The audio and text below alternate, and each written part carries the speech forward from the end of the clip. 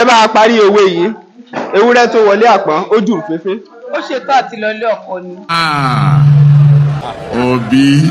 Ewúrẹ́ tó wọlé àpò ojú féfé. Káàpọ̀ fi ṣaya ní. Ẹ jẹ́ bá a parí òwe yìí. Ewúrẹ́ wọlé àpọ́n ó jù féfé. Ó bá àpọ̀n nínú jẹ́.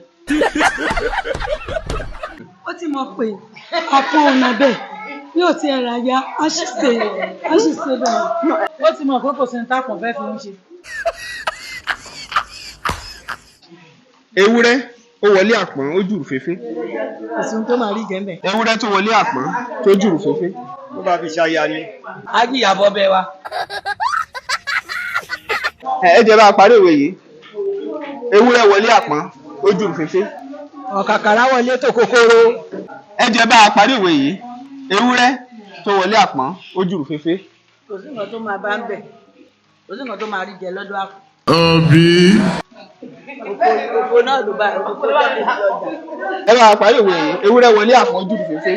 Ó ní kákan lọ́wọ́ ya fẹ́ ni o. Ẹrù bá ní.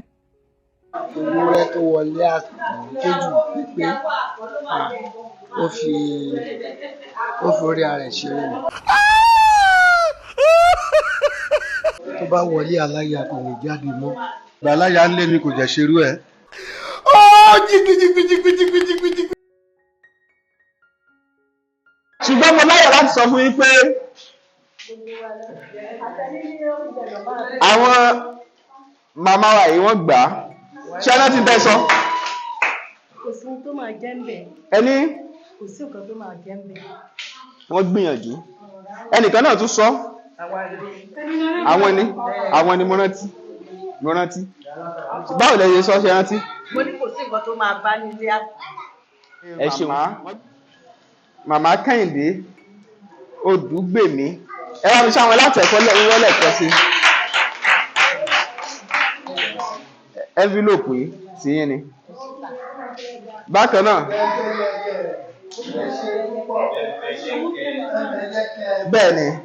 Bákan náà, Mrs. Ìdísù Ìbùkún Olúwa. Ẹ bá mi ṣe àwọn ní àtẹ́wọ́.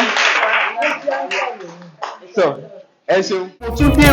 Gẹ́gẹ́ bí aṣojú Isnad Homes and Properties. Ẹ̀yin tẹ̀ ń wo fídíò wa jákèjádò àgbáyé. Lóòótọ́, Àsìkò yìí nira gan fún ọ̀pọ̀lọpọ̀ èèyàn láti gbé nǹkan rẹ̀ ṣe nítorí ọrọ̀ ajé tó mú súpe.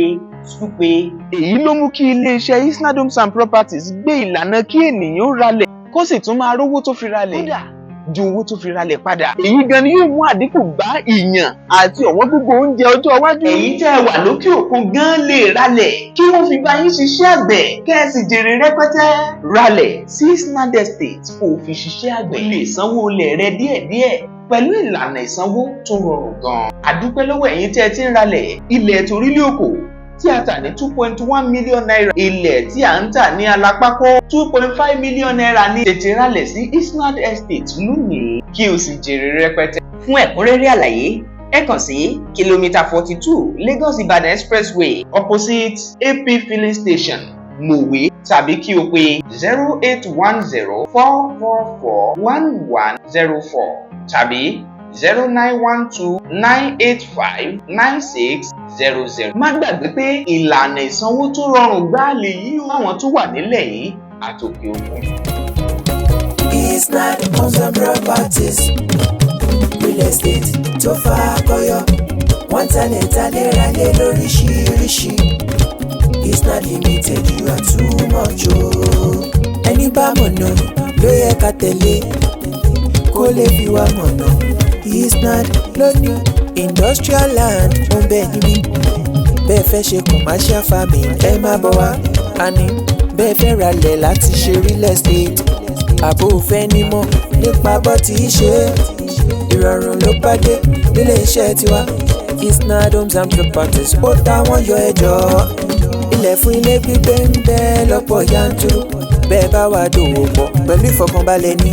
Torí agbóhùntẹ̀jọba àtúnjọ lóòótọ́. Torí náà let's build future through real estate. Jẹ́ngbọ́ Isnad Homes and Properties. Real estate tó fà kọyọ. Wọ́n talẹ̀ ralẹ̀ lóríṣiríṣi. Tó jójúlówó. Isnad Limited you are too much o.